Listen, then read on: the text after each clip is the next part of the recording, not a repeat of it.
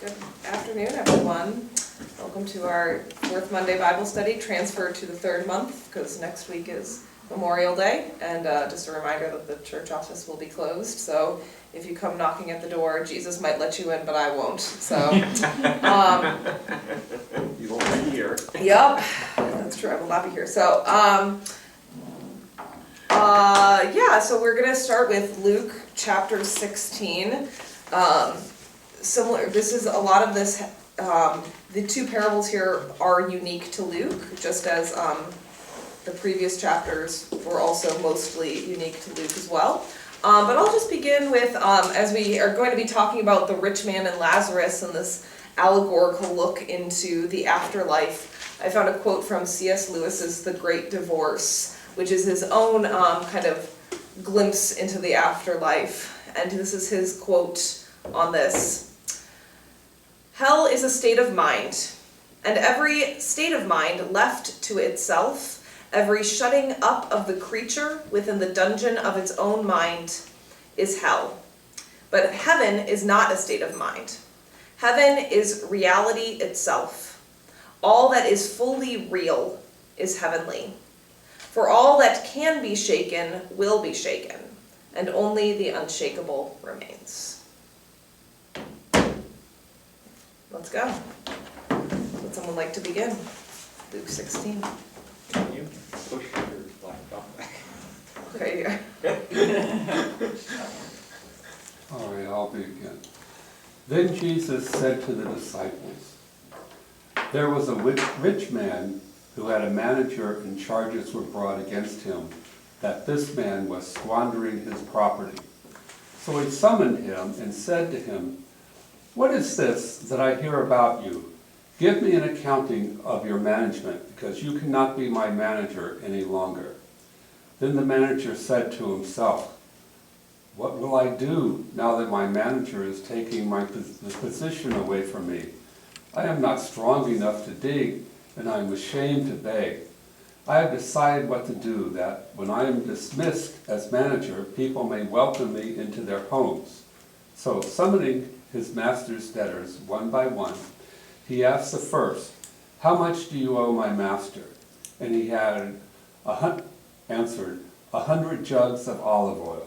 He said to him, 'Take your bill, sit down quickly, and make it 50. Then he asked another, 'How much do you owe?' He replied, 100 containers of wheat. He said to him, 'Take your bill and make it 80. Then his master commended the dishonest manager because he had acted shrewdly, for the children of this age are more shrewd in dealing with their own generation than are the children of light. And I tell you, make friends for yourself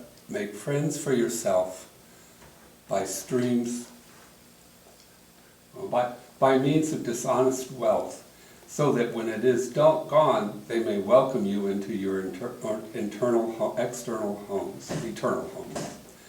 Whatever is faithful to a little is faithful also in much, and whoever is dishonest in very little is dishonest in much. If you have not been faithful with the dishonest wealth, who will entrust you to the true riches? And if you have not been faithful with what belongs to another who gave you what you own, no slave can serve two masters, for a slave will either hate one and love the other, or be devoted to one and despise the other. You cannot serve God and wealth." The Pharisees, who were lovers of money, heard all about this, and they ridiculed him.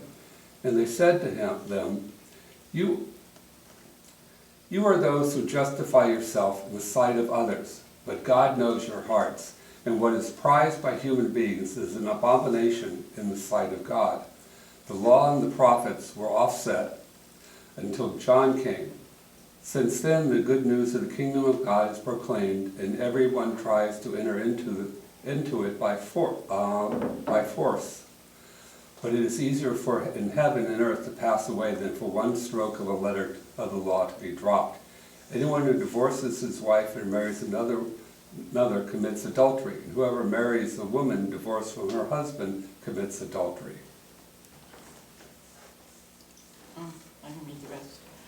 There was a rich man who was dressed in purple and fine linen, and who feasted sumptuously every day. And at his gate lay a poor man named Lazarus, covered with sores, who longed to satisfy his hunger with what fell from the rich man's table. Even the dogs would come and lick his sores.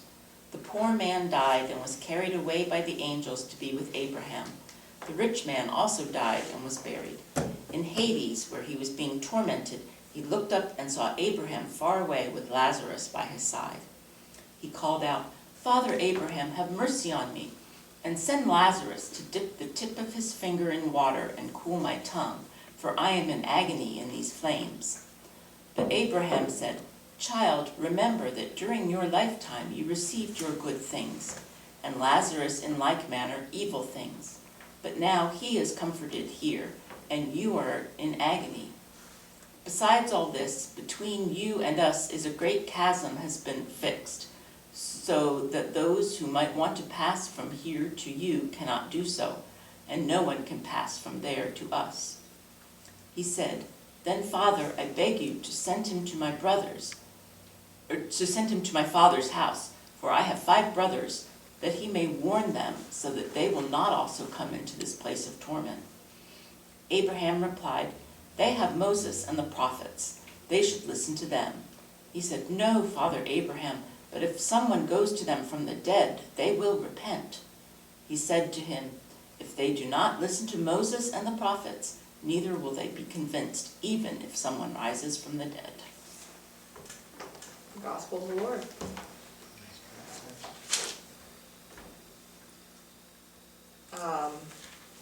So this first parable is one when pastors see it in the lectionary, they're like, "So what's the second reading?" What else can I do? Yeah, this is difficult to explain. Yes. That's why we rely on you. Oh, great. I don't know if I'm gonna have some great answers, but we can at least just ask some questions together. So in your commentaries, in your Bibles, what's the name of the parable? The parable of the dishonest manager. Okay, dishonest. If you were gonna name the parable, would you name it that way? Is there another name you would put it? Well, he was dishonest, so it's truthful, but I don't think it makes a good title of a parable. Well, the manager himself is given another title in verse 8. Perhaps if you guys want to see.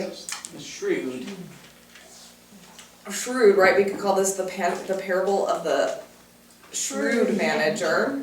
We could also, that word that is shrewd in Greek actually means wise and prudent. So we could even call this the parable of the prudent manager. I don't know, do any of those strike you better than dishonest? Well, I mean, prudence sounds a lot more commendable than dishonest. Yeah, yes. But, you know, when I look at what this guy did, you know, I think dishonest is very good, you know, Yeah, I mean, appropriate. he was taking money effectively, or wealth, or taking something of value from his boss and giving it to other people in the hope that they would hire him after his boss fires him. Yeah. I mean, that could be shrewd, but not Something, yeah. not in a good way. So, interestingly, the Emperor Julian, he was the last pagan emperor of the Roman Empire, quite famously attacked this parable, and that because he wrote a lot trying to basically de-Christianize the Roman Empire, and he said, like, is this really the guy you want as your leader and guide and teacher and God? Like, what is this? He was basically, look at all these Christians, like, if this is who they're following, this guy if Jesus is commending this manager, then do we want these Christians around us who are a bunch of liars and dishonest people? So it's just interesting how this was used back in the days, and even now we might look at it and be like, Jesus, what were you trying to get at here? Please and thank you, let us know. It's also important to note that we don't know the context of this parable at all. You know, sometimes there are parables where, you know, like a rich man comes up to Jesus and they start having a conversation or whatever, you know, or we don't even have like the Pharisees coming at him and then he's responding. Jesus, like, so we don't know why Jesus originally spoke this parable. So if it's confusing to us, I think that's part of it, is that we don't know what Jesus is responding to as he's speaking it. And I think another part that is really confusing to us is that none of us are wealthy landowners, merchants from, you know, the first century Israel. So we don't really know like the economic systems at play. So when I was doing research on this, it's very confusing to modern day people because we don't like entrust. You know, none of us have like stewards of our estates. At least I don't know about you guys. And so, yeah, right? And so some people see this as you're taking they're basically, and they're stealing money, right? He's just reducing these debts and stealing money from his masters. Other commentators say that these stewards often charged their own fees on top of it. So what he's cutting is actually cutting his own fees, and then that is what's creating favor. And so in this way, he's not actually stealing his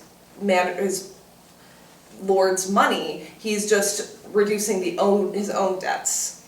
And then the other side of it is that even if he was taking the lord's money, that this was like such an act of gratitude that it would have actually helped the master. Because like imagine if like, you know, I don't know, Jeff Bezos comes out and was like, oh yeah, actually this guy who owed me $100,000, I cut it and he only owes me $10,000 now. If that was that backroom dealing, everyone would be like, yeah, good on you, Jeff Bezos, you know, or that kind of thing. So like why this dishonest manager is getting commended is he's actually like helping this guy's public image, and maybe that was worth it to the manager, right? So there's like all these different things at play, which, because we don't live in this economic system of, again, first century Israel, we don't really know the fullness of what is going on.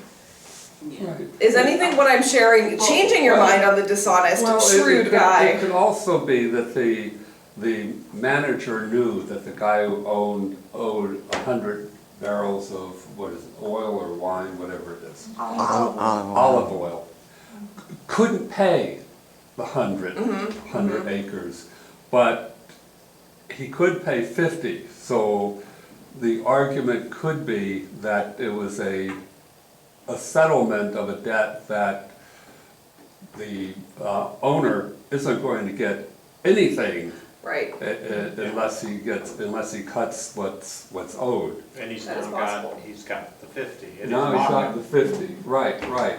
But we don't get feedback from the owner as to, well, I guess he does compliment the manager, so maybe he is happy with that. It's also important to note, if we read the beginning, there was a rich man who had a manager, and charges were brought to him that this man was squandering his property. So he summoned him and said, give me account of your management. All of this is hearsay, right? We don't even know if this steward was originally squandering his property or not, right? This is just charges that were brought against him, and then whether they're valid or not, he's like, well, I'm gonna be out of a job, what am I gonna do? You know, so there's this kind of interesting, everything around this feels like hearsay and secondhand, and we're only kind of given like little glimpses into this story. So it's really hard to know how to, where to land, and that's why at the end of it, we actually get like different endings, right? So it begins with Jesus being like, make friends for yourselves by means of dishonest wealth. And then he goes to, well, whoever is faithful in a little is faithful in much. right? And then he ends again with that no slave can serve two masters, right? And so it's almost like we're trying to search for the ending that fits this parable. I don't know if we find it. Yeah, because verse 9 is one of those that it's like, really? You know, make friends for yourselves by means of dishonest wealth, so when it's gone, they may welcome you into the eternal homes. It's like, that just sounds so like not what Jesus would usually teach. Right, and it's so shocking. And then sometimes I feel like every time I read this parable, I get a different. I have to decide, like, is Jesus being ironic or not? Right? Is this a joke that we just have like totally lost over 2,000 years? Because it is funny. It's like a funny thing. Yeah, just make friends by dishonest wealth. Shocking for Jesus to say. Does it lose anything? Does it lose something in translation? Yeah. So the word dishonest wealth there is mammon in Greek, and that refers to wealth, but it's almost like a personified wealth. So it's like this, almost like wealth as a deity, right? Like the god of wealth. So in some ways it's almost like Jesus saying, well, use what the world has in order to get what's eternal. Like almost like that idea of like, as Jesus says, to be as gentle as a dove but as wise as a serpent, right? Of like, if you can be shrewd and use what's around you to advance the kingdom of God, do it. Like when I see all these like TikTokers on like Christian TikTok people, and I'm like, I would never use TikTok. I have a lot of issues with this. But you know what? They're using what they got to like spread the gospel. So what am I gonna? I don't know. I still don't have a TikTok, so and I'm probably not gonna get one. But anyway. I think we need to look at the steward a little bit more. I mean, I don't think he's trying to make the master look good. This is to save himself. He is the one getting these guys off from their debt. They're thankful to him. So their appreciation, I think, flows to him, and he's looking out for himself, therefore, that this punishment that the master may get may not be just you're fired, but there may be repercussions beyond that, in the sense that nobody will hire him again, and he would be an outcast. So he's got these people who are beholding to him now and will take care of him. He's also relieving the stress that these people are under to pay this debt.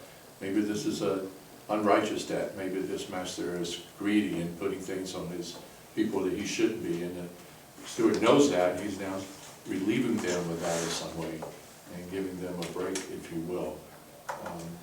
Also, usually the scholars say the more confusing the parable is, the more likely Jesus said it. Yeah, Otherwise, why would they have left it in the Bible? Yeah. This would not have been in the Bible unless there was somebody who was saying, but he said this.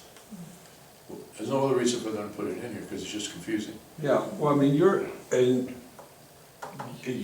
interpretation, I think, is very plausible. The only thing that counters that, although I think that's probably what I had to be, and I still do, is that the master seems to be happy with the manager doing it.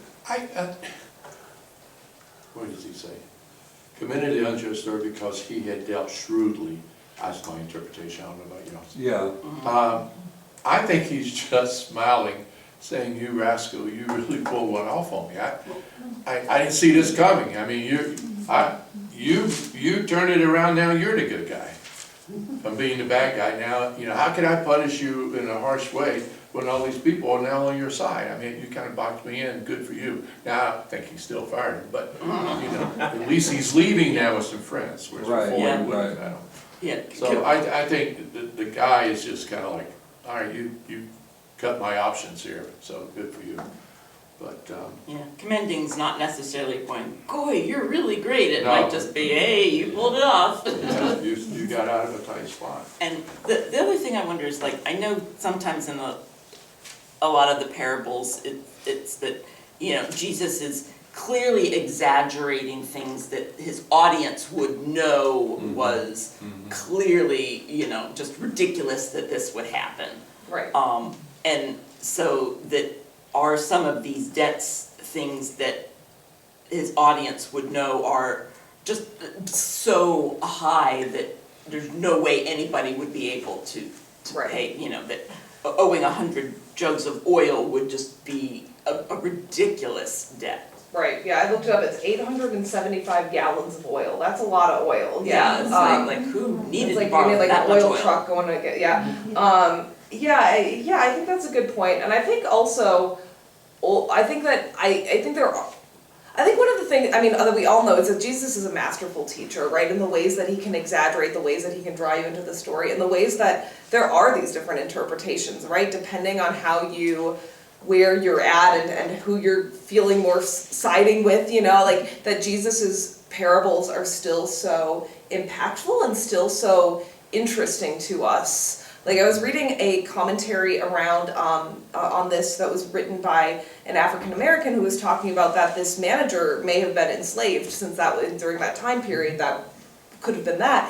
And so like how does that change the story if he really was enslaved and was deeply fearful about what was going on, right? And do oppressed people have are oppressed people allowed to be deceitful against their masters, right? And like this kind of question, which I think also kind of opens up these ethical field minds. I think that this is a really cool parable because there's just so many different ways you can take it and focus in on it. Like we've been imagining the sides of the steward and the Lord, but what about the people receiving the debt? Like how would that have felt of, you are crushed, you owe so much to this guy, and then you receive this steward, and I bet you don't care about his intention, whether he's acting shrewd or dishonest or whatever. All what you're knowing is, wow, my debt just got cut in half. How does that feel? You know? Isn't the audience here for Jesus the Pharisees? Who would put so much on the people, you can't do this, you must do that, the burden that they carried. And one thing Jesus was doing was trying to lift that burden from them so they would know God's grace and love. It wasn't just about all these restrictions and all these things you had to do. So this steward is basically releasing that stress off of them, like Jesus was trying to find a way to release the burden the Pharisees were putting on the people for their own benefit or whatever they had for reasons for that.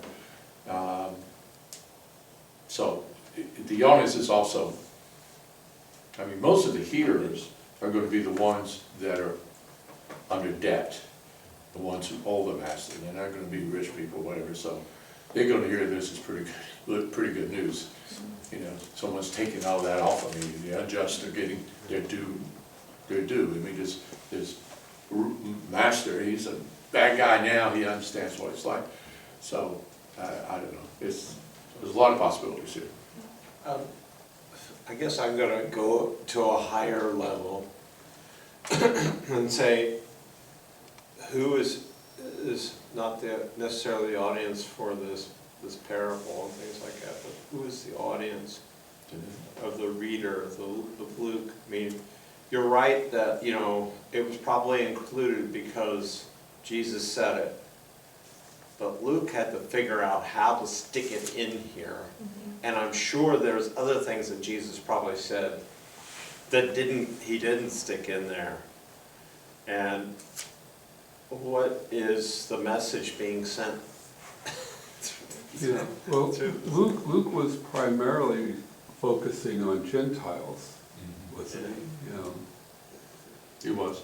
And he also was deeply concerned about economics, right? Like he talks about, you know, in Matthew's version of the Beatitudes, blessed are the poor in spirit. In Luke, it's just blessed are the poor, right? Like he is really focused on economic conditions, and so this question of is the manager doing a slimy backroom deal, or is this a mini jubilee, right? Like a release of those debts, right? Because after all, Luke has Jesus's first sermon as that Jesus proclaiming a jubilee year, right? Proclaiming the release of debts, and that can be spiritual debts and economic debts, right? And I think Luke plays with both of those together. So it's an interesting parable. Luke is the progressive gospel writer. He's more lenient towards women, just lift himself. He does what Pastor Carolyn just said. has a whole different kind of viewpoint. They all do, each have their own. But he's also the one in Acts that they put all of their belongings together and lived together. They were communists, basically. Yes. Yeah, and like I said, this, the wealth used in both verse 9 and verse 13 is that mammon. And just a little quote from Martin Luther, mammon is the most common god on earth, right? And that's in his large catechism. And I think that that idea that you cannot serve God and the god of money is real. But at the same time, I would say none of the gospels are like just having money period is bad. Like money is neutral, and it's what you do with it that matters, right? I got a commentary with this. It says we can't serve God and wealth, but we can serve God by being strategic and wise, right? So where we put our money matters. What we do with our money matters, right? There's that parable also in Luke of the rich fool trying to build a barn, and then God's like, you idiot, you're gonna die tonight, you know? And so like how do we use our money wisely is it's a good question. I don't think any of these people are trustworthy. Yes. Yes, hopefully we get some better faithful stewards on our finance committee, you know. But yeah, I think it's interesting. There's another current said that, you know, money is a foreign currency to those with a citizenship in heaven, which I think is another good quote on this. And I think about like when I have foreign currency and I'm in other countries, it feels like a little like, I don't know if you guys feel like a little bit like playing with Monopoly money, because like it's always like, oh well, you know, like I wonder what the conversion rate is, and sometimes it's like, oh, it's so exciting because you can get like, when I lived in Turkey, it was like you could get so much on the price of a buck, like amazing meals, and so it was just like you know, and so it's just kind of like holding that money lightly. I think that idea of we're playing with this foreign currency, right? Like, well, the money we've got, the end of the debts we have ain't gonna continue into that heavenly realm, right? So like, that doesn't mean they don't matter here on earth, but they definitely don't matter in heaven, so how do we kind of just hold all of that together? A lot of the people we travel with thought that as monopoly money, this is. Yeah. And with a degree in economics, I had to say to him, look, I worked to get this money, you know, before I converted it. I was, Yes, I feel like if I told Mim, I feel like foreign currency is monopoly money, she would just roll her eyes. But also, I mean, in Korea, like, because everything, like, $1 in US dollars is about 1,000 Korean won. And so it's like, it always freaks me out whenever I'm in Korea, because I'll like be buying a meal and it's like 12,000 won, and then I'm like, oh, that's so expensive, and then I think about it, and then we get this like a massive thing, and I'm actually like, this is a good deal, you know, and so it's just odd kind of holding it all together. Anyway, other thoughts on this dishonest manager? Have your feelings about him changed in the course of this conversation? No. All right, what's your feeling, Lisa? Well, you know, he's shrewd, yes, but I don't like him.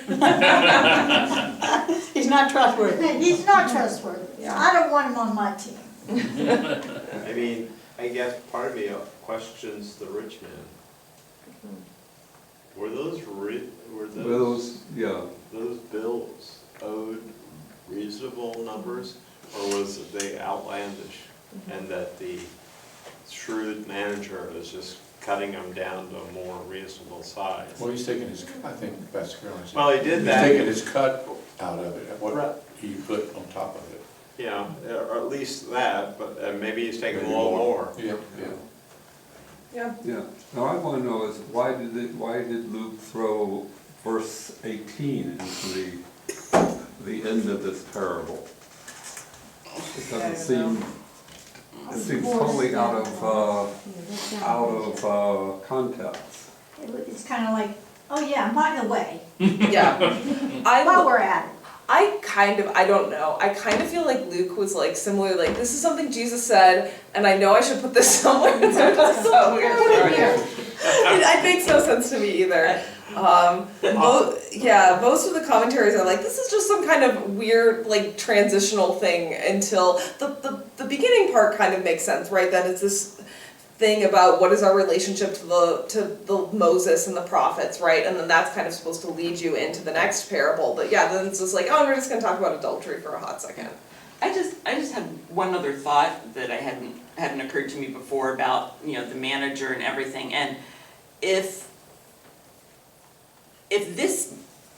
the owner, the rich man, is so rich that this might be the debts, even if they're huge debts to the people who owe them, might be a drop in the bucket for the rich man. So, if he's a billionaire, the fact that somebody owes him $100,000 is like nothing to a billionaire, but to the person who owes that, it's a huge debt that they can't even hope to. So by cutting it down, the rich man's not even going to notice that was cut in half, but it makes a huge difference to the person who has to pay the debt. So Yeah, that's a great point. I feel that way sometimes about some of the billionaires in our society. Some rich people would see it that way. A lot of billionaires would say, no, that's my money. I want it Oh, back. exactly. I don't care how much you got or don't got, Yep. that's mine. So it depends on the But person. the manager is shrewd and goes, you know what, I know that it's not gonna, not gonna matter. Yeah. Just Yeah, I think, just to, again, parrot what I said earlier, it's just so awesome that we can still have these conversations and debates, and there's so many different lenses and angles to this, right? I mean, it's so amazing that Jesus's teachings continue to this moment, right? That this is certainly not like a dead word, right? God's word is living and active, and we can still kind of learn from Jesus even like thousands of years after he said something, and still like have new insights and questions about this parable that none of us still understand. And so there we go. And they didn't understand it back then. Especially the disciples. And nobody They never explained got it to us. This isn't one of those either where they, where the disciples go and say, what does this mean? And Jesus at least gives them some kind of interpretation. Right. Just like get with it. Yeah. All right. Any thoughts about these kind of transitional passages before we get to the rich man and Lazarus? Other than mine is 18. I think it's 18.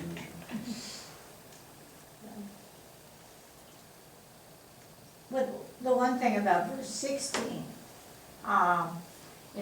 he's saying, well, you had the law from the beginning up to now, and then as soon as John came, that went out the window, and it's what he started and what Jesus is giving them to take them forward. Yes. I think that's kind of important. Yeah, but then he ends with, it's easier for heaven and earth to pass away than for one stroke of the letter of the law to be dropped. That sort of contradicts his Well, that goes with 18.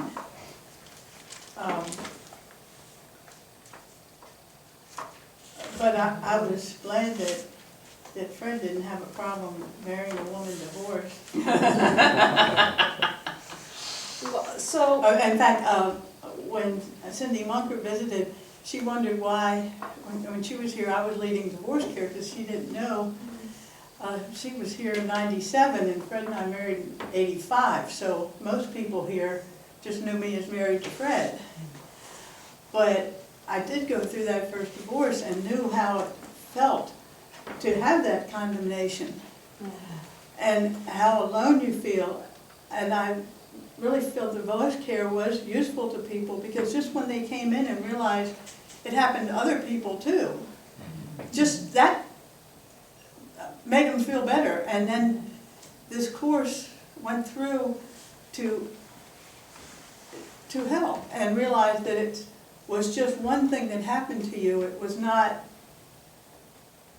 like here, it's, like, okay, you're divorced, forget it, that's it, no hope of heaven, nothing. That, no, it's an action that happened and God's grace is available and it's not your works, it's not what you've done that he accepts you. So I'm not an adulterer. You're good. Yeah, I think that the divorce passages are so complicated and Of so the time. potentially harmful, and yeah, and certainly Of of the the time, right? And I think also this last section, basically verses 16 through 18, are also found in the Sermon on the Mount, which I think if I was going to wonder, I think they are more properly situated within that part than like wherever they're just kind of thrown in here. And in Jesus' Sermon on the Mount, I think it is certainly like, I don't want to say idealistic, but it's almost that didactic kind of teaching of these are like the perfect goals for us. And it is a recognition that we are not perfect people, right? And that like, we are imperfect people in need of God's grace. And remaining in a marriage is the ideal. And it is also not something that is like, divorce is not a barrier to God's grace, right? And that we are not, like Jesus did not come to like condemn us, right? But to save us. And so in this other section too, which the law and the prophets portion, it's easier for heaven and earth to pass away than for one drop of the law to pass away. In Matthew, it's on chapter 5, verse 17. Matthew has Jesus say, "Do not think that I have come to abolish the law or the prophets. I have come not to abolish, but to fulfill. I tell you, until heaven and earth pass away, not one letter, not one stroke of a letter will pass from the law until all is accomplished." And I think within that context, it kind of leans into what Luke is saying here, which is that Jesus is here to fulfill the law. And once that is fulfilled, then the good news starts, right? Like Jesus has in effect fulfilled what was promised of him. And so that's why there's a sense of, now that the good news of the kingdom of God is here, we don't have to live by the law anymore, right? Like we do not have to live by these very strict Mosaic commandments around divorce, right? Like this is something that we as Christians, none of us live by Leviticus anymore.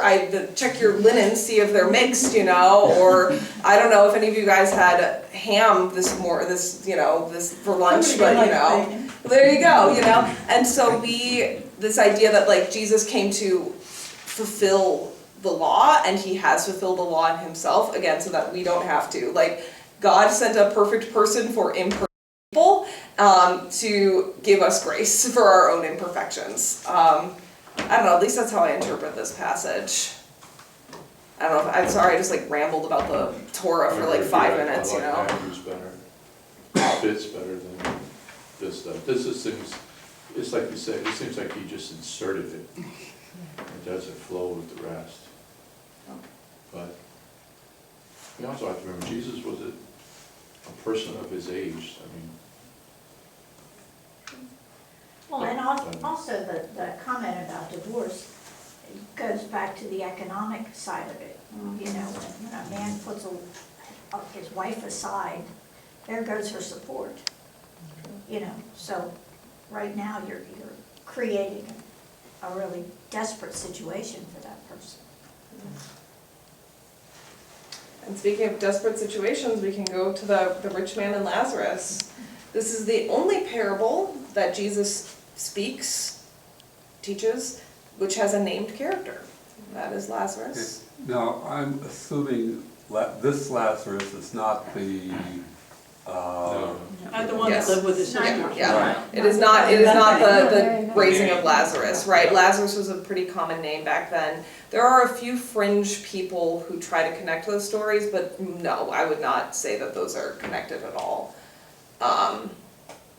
Yeah, it's just exciting for us because we're like, oh, I know another Lazarus, but it's like it's not that Lazarus. It's multiple Lazari. So we've got this really interesting depiction. It's also probably one of the most vivid depictions of the afterlife, though it's really important to note Jesus is not sharing this to explain what the afterlife looks like. That is not, this is not him being like, oh, and this is what happens after you die, right? He is using, again, this vivid imagery to tell a story, and the point is less about what the afterlife looks like and more about what do we do now, right, in this world until that happens, right? So just want to throw that out there. Yes. Yes. But it's interesting because this is also like a very interesting depiction of what if, I mean, I don't think that this is what afterlife would look like. Oh, not sure, sorry. Hades. Hades is the Greek that they would use for the Sheol. And so we have on one hand what we call like the Gehenna, or like the lake of fire. And then we have what we would call Abraham's bosom. Shall rock my soul on the bosom of Abraham, if I can spell bosom, which I can't. And then there's this like chasm, but they can still talk to each other. So it's a really interesting, again, it's a really interesting depiction of like what the afterlife. Again, I don't think Jesus is saying this is what it's like, but this is kind of when we're thinking about this parable, this is how we should kind of think about it. Because it's interesting, because I think for like us, when we think about like heaven and hell, they are two like totally distinct realms, right? This is like all encompassing together, which is, I don't know, interesting. I think it's interesting. Other thoughts about this parable? It reminds me of the first part, at least, of, what is it, the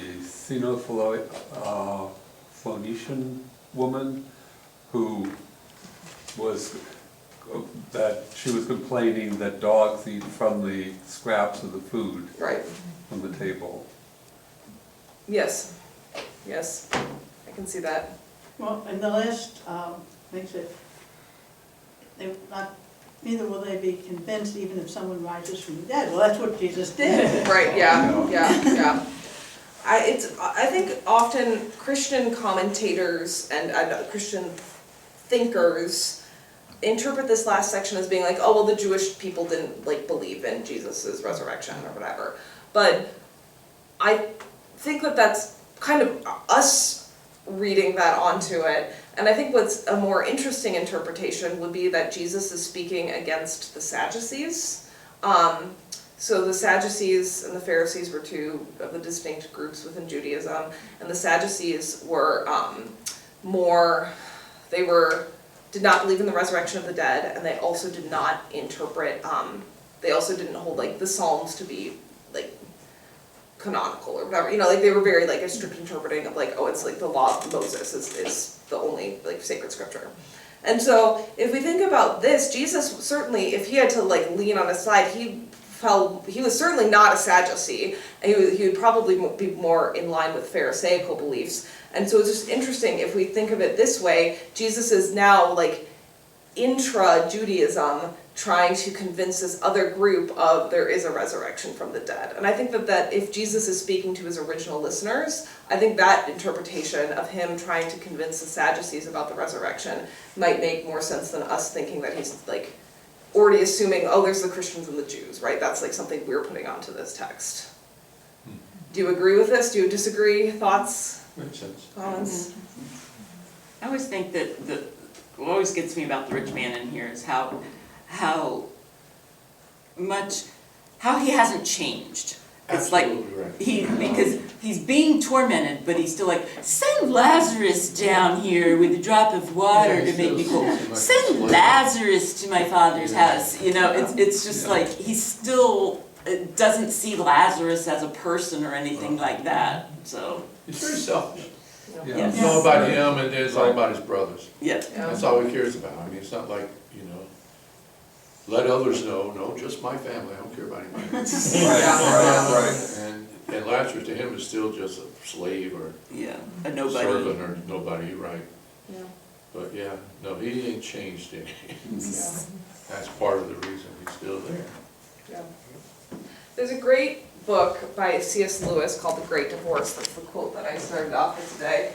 And it's almost like C.S. Lewis's version of A Christmas Carol. And so it's this I'm gonna spoil a lot. You should still read it, even though I'm gonna spoil it slightly for you. Then don't do it. So it begins with a character in what we later figure out is basically hell. And they can take a little bus ride up to this great, beautiful expanse of area. And basically you have to wait for this bus ride, and there's all these people waiting, and then a lot of them turn away because they don't want to wait. Then they go up, and they're in this beautiful, beautiful place. And they notice that everything feels more real, and everything is so real to them that it's painful, because they're like shades, they're like ghosts, and they step on the grass, and the grass is so solid it hurts their feet, and so people run away. And then nice little people who have died, like the saints, come and try to convince them to go and like stay in this and go back up to heaven. And through all of these little things, so many people just turn back and go down to hell because they don't want to confront what they've done wrong in their life, or they're just like annoyed with this, or they're in pain. And the whole point of this is that all of these saints, out of the kindness of their heart, are talking to like our hell or purgatory of trying to bring these people up into a better place. It's basically trying to, as like for Lewis, that great divorce is trying to bridge that chasm. And C.S. Lewis talks about how it was so hard for people to change themselves, right? Like that rich man changed nothing, right? And how do we like allow ourselves to be changed by the gospel? How do we stay in places that are even painful for us but are necessary for our growth? How do other people help us move to a better place? And it's just a really fascinating look into, for him, again, it's like interesting that in this thing, like you could go from hell to heaven, but it is this idea that like, how do we help one another get to a better place? Because I think we all in Christian theology, once you're dead, you don't get that chance, right? And like there is that chasm. So how, like, when we have the chance, how do we move forward, right? That's C.S. Lewis and Jesus are talking about this in interesting ways. So would highly recommend The Great Divorce by C.S. Lewis for some interesting thoughts on this. So yeah, how would you bridge that chasm? Is the law in Moses enough? Is a sign of the resurrection of the dead enough? How do we change people's hearts and lives? How do we get folks to repent? Thoughts? Come on. The people want money and power, that's their God, so. Yeah. The chasm can be pretty deep. Can you really make somebody change? That it's the whole, like AA. You have to come to a point where you want to make the change, type of thing. And I don't know that that's something that somebody else can do for you. That's true. And this question of is a sign enough? Right, that's the question in the Jesus's parable of like what can shock people, right? Even a resurrection from the dead isn't going to convince somebody to change. And even the disciples were asking for some sign. Yeah. No, we can't change the law, but it doesn't stop us from trying. At least the ones closest to us. Yeah. And my kids try to change me, I try to change them, and neither side is giving up. So, you're right, you have to finally get there yourself. We pray for the Holy Spirit to intercede. Yeah. And that's actually the only thing we can do that has any guarantee of success. It's true. It's true. Yeah, I mean, I think all of us who are alive are the 5 brothers, right? Like, we are the ones who still have a chance to figure things out. And so, yeah, we should heed Jesus's teachings. I take it the prosperity gospel people skip over this chapter. It skip over a lot. Whole bunch of stuff.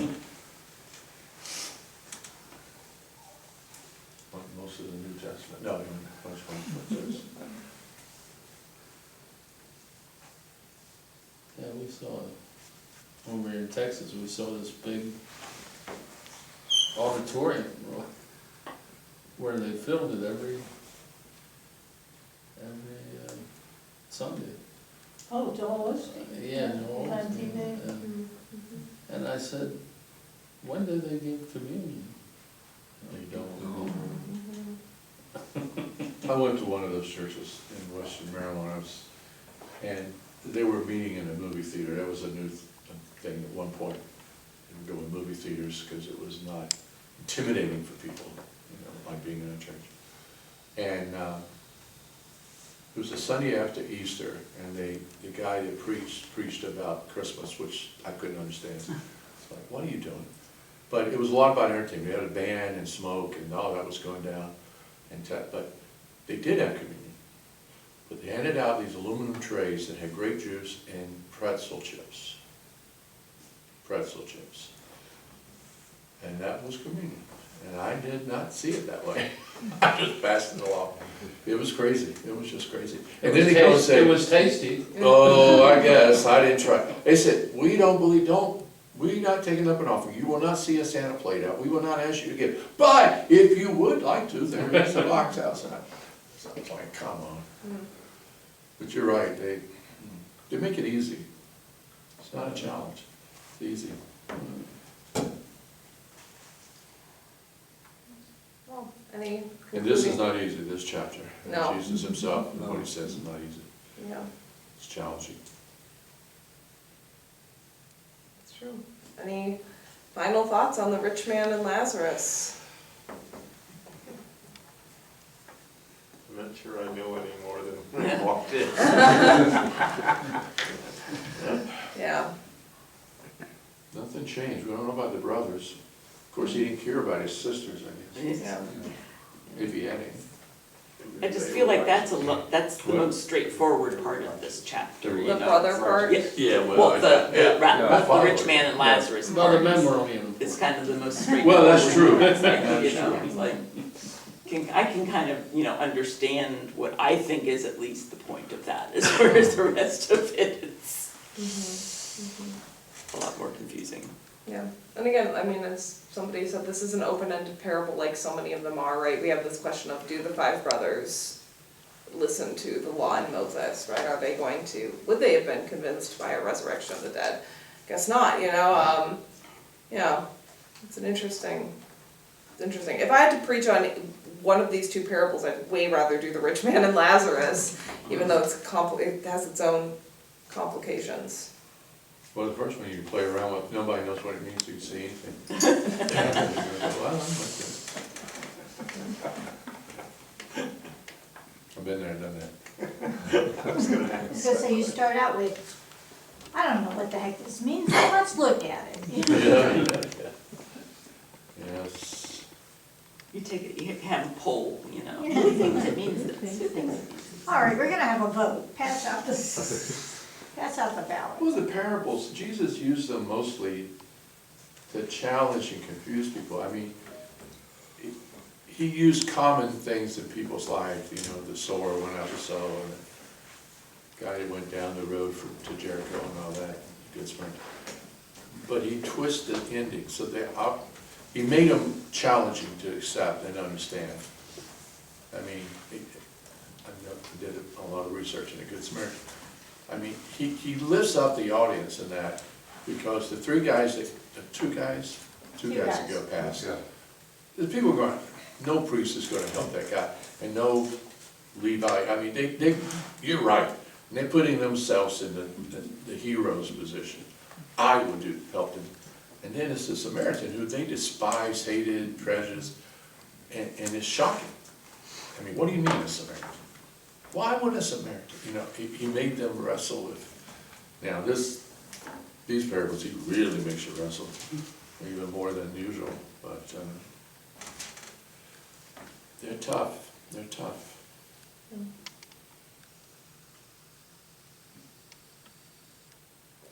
Cool, well, on that note, thanks for coming out. No, you did a good job. Yeah. Yeah, Thank you. Yeah, of course.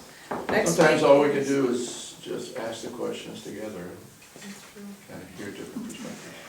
That's right. Next, I was glad to find that Fred's not an adulterer, so. Yes. Okay, yes, that is good, yes. Honestly, in terms of, I know I began this by being like, the dishonest manager parable is like, let's see what else we're preaching on this week. The same goes for whenever there's the adultery, divorce passages where I'm like, oh God, but can I preach on the Psalm or something, you know? It's just, they're so complicated, yeah. I'm getting to the point that I just leave it out of the lesson, Yeah, because it just stirs up too much, you know, on people. And that's something you need to talk about, like in group settings like this. It's hard to preach on that. No matter what you say, it's gonna be that's true. misunderstood. Do these show up in the lectionary? Yes. Both, so both parables show up in the lectionary, the little in-between does not. But there is one Sunday, not more, what this divorce thing might be Yeah, from Paul. That's true. or It's, Yeah, something. they're- it's when we're in the like no, it's in this. It might also be Paul, but I know there's like the Sermon of the Mount where there's like a couple Yeah. weeks of that one that it also shows up there, which is rough. Yeah, and I agree with your point, Pastor Stan, that not all of. I mean, I think all of the gospel is useful and edifying and like builds up the community, but not all of the gospel is like something that should always be like put. I don't know. I mean, all of the gospel can be proclaimed. I don't know if all the gospel can be proclaimed from the pulpit, like in a way that I think is great for people. You know, some of these like really should have back and forth. Min and I sometimes go down to DC and there's like a house church that we go to. You go where? Go down to DC and we go to a house church, and so it's like a group of like 10 or 15 people meeting out backyard. And what's really neat is that there's someone who goes and gives a sermon, and then she sits down and she says like, what did you get out of this? What kind of things you have? And there's like the sermon's probably like 6 or 7 minutes, and then it's about 10 to 15 minutes of us just talking about the sermon, about the passage, and I think it's really wonderful. I mean, it wouldn't be possible to do in a church the size of Salem, but I think it's great to have those moments to actually like process what happened with one another. Just let them truck up to the lectern. Yeah, and just talk for a while. Yeah, it would be interesting to do a sermon kind of like that, or I don't know, put in back of my head of just a little bit of talking and then be like, talk to your neighbors about this. How do you like this manager? What do you think of this steward? How would you feel if those debts got released, you know, and just kind of giving that moment for processing together. That's one thing that the non-denominational, whatever you want to call them, groups with the big buildings and all, they're big on small groups. That's true. Which is another place that people can come and gather in a home usually and discuss their faith and stuff, and on equal footing. You don't necessarily have a pastor there, they're like people who, they have someone who sort of guides the discussion, and this is a small group, actually. Yeah. Yes. Yeah. It's all right. Don't the Quakers do that too? They don't talk a lot. No. So the Quaker. I mean, I don't know what the Quakers do. I just, have you ever been in a Quaker service? No. You sit, Yeah. and nobody says a thing, Well, it depends. until they're moved. Yeah, it depends. I've been to multiple Quaker services, and it really depends on the congregation. No, There's one that I was in Ann Arbor where it was literally just like an hour of just basically being silent. I've been to one around here where, because you'll read a scripture text or sometimes like a poem or whatever, and then sometimes like the one that I went to in DC, it was like basically like constantly people coming up and like they just say something, but it's not really like a chance for conversation. It's more like, this is what I thought about this, and you sit down. So there's not that There's that back no and literature, forth. right? There's no structure. to And it also depends, but it's a very loose structure, I would say. So, yeah. Okay. Go in peace, Okay. serve the Lord. Thanks Thank be you. to Thank God. God. Release some debts if you can, you know.